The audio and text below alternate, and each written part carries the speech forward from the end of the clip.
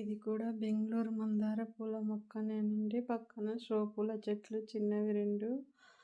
అలాగే ఈడ కూడా చామంతి పూల మొక్కనే పెట్టినాను. ఇంతకుముందు గులాబీలు చాలా వేసుకునేదాన్ని. ఎండాకాలం వస్తే అన్నీ బతకడం లేదండి మొక్కలు. ఎంత నీళ్లు పోసినా కూడా ఎండాకాలం వేడికి తట్టుకోలేకపోతున్నాయి రోజా పూలు.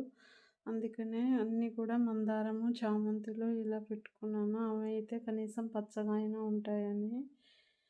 ఈ మొక్కలన్నీ కూడా నేను వర్షాకాలంలో చిన్న కొమ్మలు పెట్టినవండి. బాగా పెద్దగయ్యి పూలు పూస్తున్నాయి.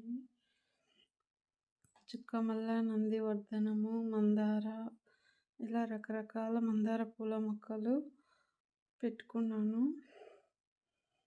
ఇక బయట వచ్చేసి జామ పండ్ల చెట్టు ఒకటి ఉంది. జామ పళ్ళ చెట్టు చాలా పెద్దదండి. చాలా బాగా కాయలు కాసేది. అయితే పళ్ళు చిన్నగా వస్తున్నాయని, కాయ సైజు తగ్గిందని చెట్టు అంతా కొట్టేసినాము. మళ్ళీ ఇప్పుడు పెద్దగా అయ్యి చిగురు పట్టిందండి. మళ్ళీ పూత వచ్చింది. తొందరలోనే కాయ పడుతుంది.